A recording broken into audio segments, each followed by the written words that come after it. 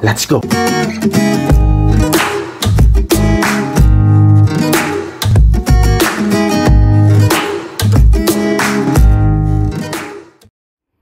Halo, apa kabar teman-teman? Semoga teman-teman semuanya selalu sehat. Pertama-tama pastinya saya ucapkan dulu Assalamualaikum warahmatullahi wabarakatuh. Ya, berjumpa lagi dengan saya Hendrik Marta Dinata Haryanto di dalam kelas pajak.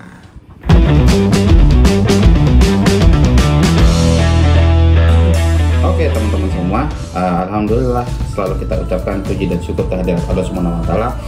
Karena dengan kesempatannya Tuhan Yang Maha Esa, Allah Subhanahu wa taala masih memberikan kita kesempatan untuk menimba ilmu, kesempatan untuk saya bertemu sama teman-teman lagi ya, semuanya ini calon-calon taxpayer maupun taxpayer atau kita bilang wajib pajak gitu ya rekan-rekan, untuk bisa membahas lagi materi-materi perpajakan yang insya Allah akan berguna dalam kehidupan kita sehari-hari. Seperti yang kita ketahui rekan-rekan, bahwasanya perpajakan itu adalah sesuatu yang tidak bisa kita lupakan karena dia berada dalam kehidupan kita sehari-hari. Jadi memang harus kita strategikan dengan baik gitu ya rekan-rekan ya. Baik rekan-rekan, di kali ini pun saya masih akan melanjutkan materi perpajakan kita gitu ya, yang sudah kita bahas kemarin gitu ya. Kalau teman-teman ingat, perpajakan kita kemarin itu adalah kita sudah membahas tentang apa itu subjek pajak dan apa itu objek pajak gitu rekan-rekan ya. Jadi kalau bisa kita bilang subjek pajak itu adalah kita, diri kita nih, diri kita ini adalah subjek dari perpajakan. Diri kita inilah yang disasar oleh peraturan pajak dalam rangka membayar pajak. Nah, apa yang kita bayar dan dari mana asal pembayaran pajak yang kita setorkan kepada negara, bisa dalam per bulan, bisa dalam per tahun gitu ya. Nah, asal mulanya itu adalah dari objek pajak. Objek pajak itu apa rekan-rekan? Sekali lagi dalam tanda kutip dalam bahasa kita sehari-hari, objek pajak itu adalah penghasilan. Nah, seperti yang kita sudah pelajari kemarin, bahwasanya yang disebut penghasilan menurut peraturan perpajakan pasal 4 ayat 1 itu ada 4 kriteria. Apa saja yang menambah kemampuan ekonomis? Yang kedua, itu adalah yang diterima dan diperoleh. Yang ketiga adalah yang bisa kita pakai dan dari dalam negeri maupun dari luar negeri. Dan yang keempat dalam nama dan bentuk apapun. Bila memenuhi keempat syarat tersebut, rekan-rekan, semua itu menjadi objek pajak gitu kan ya. Nah sekarang rekan-rekan langsung saja nih, buat kita membersihkan materi kita, buat membersihkan waktu, kita langsung aja kita masuk ke alat bantu kita, ke coret-coretan. Let's go. Teman-teman semua nih, kemarin kita itu sudah membahas yang pertama, kita sudah membahas tentang subjek pajak ya. Lalu kita juga sudah membahas tentang objek pajak. Nah rekan-rekan, rumus sederhananya subjek pajak plus objek pajak gitu ya rekan-rekan ya. Nah ketemunya apa rekan-rekan?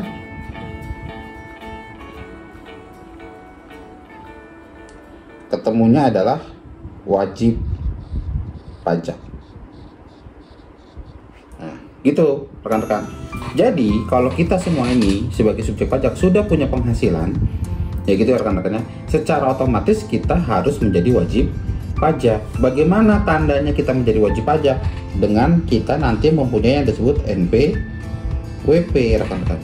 NPWP itu apa? NPWP tentunya yang disebut adalah nomor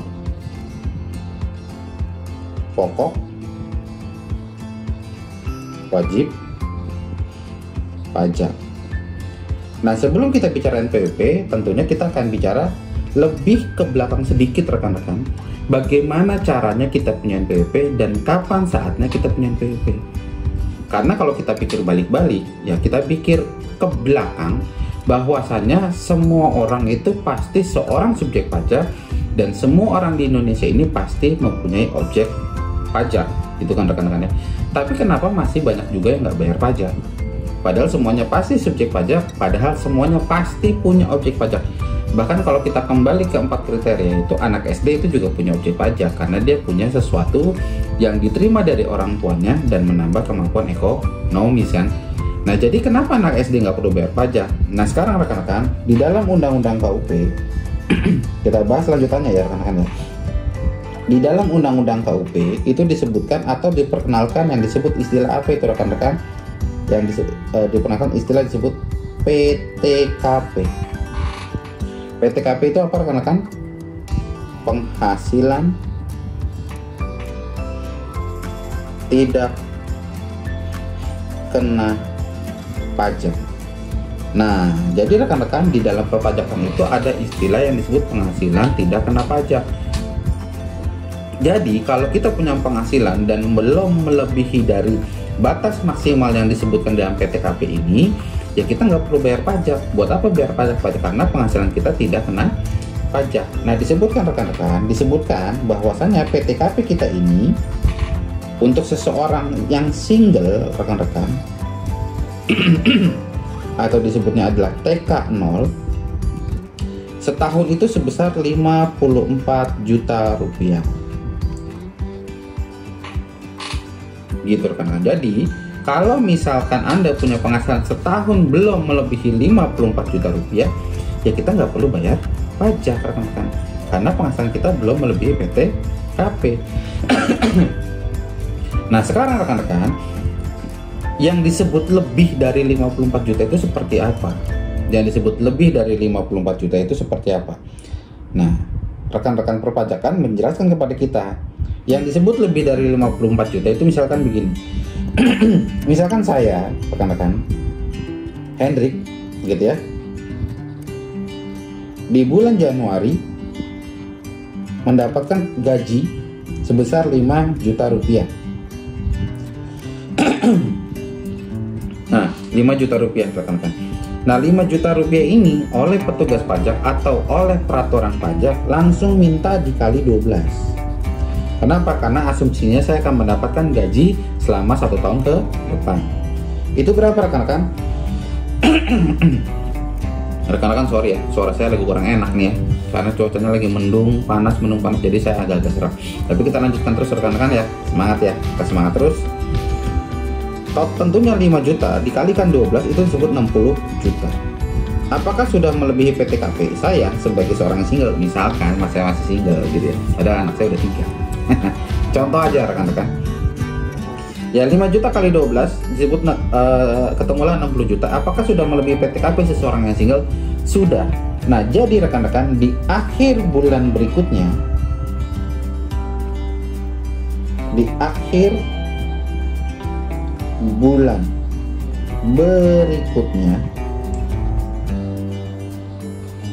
alias tanggal berapa rekan-rekan kalau akhir bulan berikutnya? Kalau sekarang misalkan Januari, akhir bulan berikutnya adalah di tanggal 28 Februari.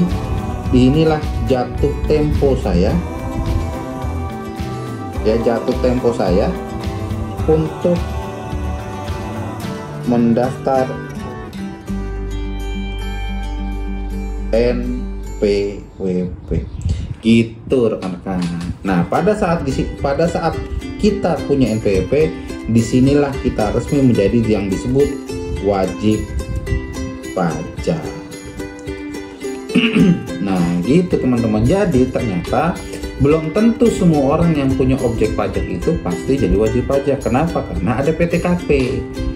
Nah, PTKP itu 54 juta rekan-rekan setahun. Jadi kalau penghasilan kita belum melampaui PTKP, nggak usah punya ojek NPWP. Kenapa rekan-rekan? Karena seperti yang sudah kita ketahui bahwasanya sekali rekan-rekan mempunyai NPWP, ya sekali rekan-rekan mempunyai NPWP, berapa lama kewajiban perpajakan Anda akan berlangsung? Ya, sekali ya subjek pajak punya NPWP, kewajiban pajaknya berlangsung. Ada yang tahu rekan-rekan? Berlangsung, saya ganti dengan warna yang lebih dramatis, seumur hidup rekan-rekan. Jadi kalau Anda belum punya atau belum wajib punya NPWP, nggak usah punya NPWP. Tapi memang pada saat Anda sudah wajib punya NPWP, ya jadilah warga negara yang baik dan bikinlah NPWP untuk mendukung kemajuan negara kita, rekan-rekan. Nah, gimana rekan-rekan? Cukup jelas ya, dan saya rasa cukup sederhana. Bahwasanya pada saat Anda ingin menjadi wajib pajak atau kapan sih Anda bertanya-tanya kapan sih saya harus menjadi wajib pajak, lihat dulu penghasilan Anda. Apakah penghasilan Anda itu sudah melampaui PTKP bila disetahunkan? Mungkin muncul pertanyaan, loh apakah harus selalu dikali 12? Ya enggak. Kalau misalkan ternyata Anda mendapatkan penghasilan pertama kali di tahun 2021 ini, di bulan November ini rekan-rekan, sekarang kebetulan sudah bulan November, ya jadi dikalikan 12. Bagaimana caranya mau dikalikan 12 sedangkan bulan tahun 2021 tinggal 1-2 bulan lagi gitu kan. Jadi ya kalikan 2, nggak mungkin kalikan 12. Kenapa di sini kan saya berikan contoh dikalikan 12? Karena di sini saya berikan contoh misalkan dari bulan Januari, jadi sampai akhir tahun 2021 dikalikan 12. Pada saat sudah disetahunkan melebihi penghasilan tidak kena pajak Anda, di akhir bulan berikutnya Anda wajib atau jatuh tempo untuk mendaftar NPWP rekan-rekan. Pada saat Anda sudah punya NPWP, disitulah Anda menjadi wajib pajak. Dan nanti rekan-rekan di pertemuan kita selanjutnya kita akan membahas apa saja kewajiban seorang wajib pajak gitu rekan-rekan. Oke ya, jadi saya rasa cukup singkat, cukup padat, dan cukup simpel untuk dipahami. Tapi pun kalau belum paham, teman-teman punya hak untuk bertanya apapun di dalam kolom komen yang tersedia. Bebas teman-teman boleh konsultasi apapun, boleh bertanya apapun ya. Jadi sekian rekan-rekan kelas kita dan kelas pajak kita kali ini. Semoga semuanya bisa bermanfaat buat teman-teman. Dan jangan lupa untuk selalu subscribe teman-teman, dan jangan lupa untuk selalu komen, like, dan share ya. Dengan teman-teman subscribe, dengan teman-teman komen, like, dan share, berarti teman-teman sudah mendukung kemajuan channel-channel YouTube edukasi gitu ya rekan-rekan, biar YouTube kita itu berisi channel-channel edukasi yang bermanfaat untuk generasi mendatang. Oke teman-teman, semoga teman-teman semuanya selalu sehat walafiat, semoga teman-teman selalu dirahmati oleh Allah Subhanahu wa taala, Tuhan Yang Maha Esa. Keep positif, keep healthy, keep life, dan keep learn. Dadah teman-teman. Assalamualaikum warahmatullahi wabarakatuh.